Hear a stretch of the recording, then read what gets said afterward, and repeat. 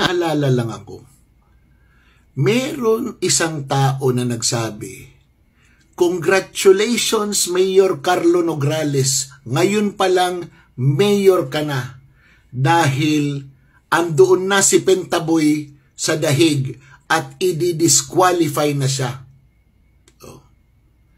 Kung hindi ma-disqualify yan at kung manalo pa ang mga Duterte dyan sa Davao, magbibigti ako. Ano yun?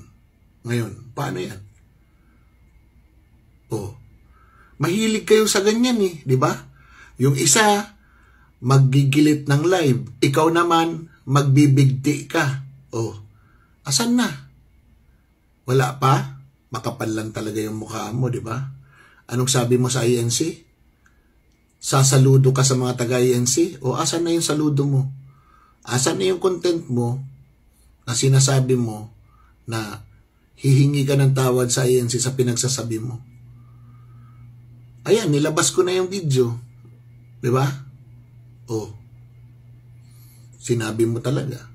Ngayon, magsisinungaling ka na naman na sinabi mo na ikaw ay magbibigti kung manalo yung mga Duterte.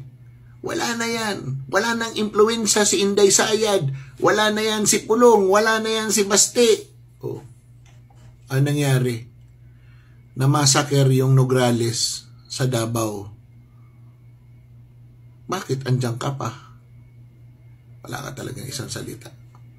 Pag mapikon ka, magpapail ka na naman ng kaso. Sayang ang bayot.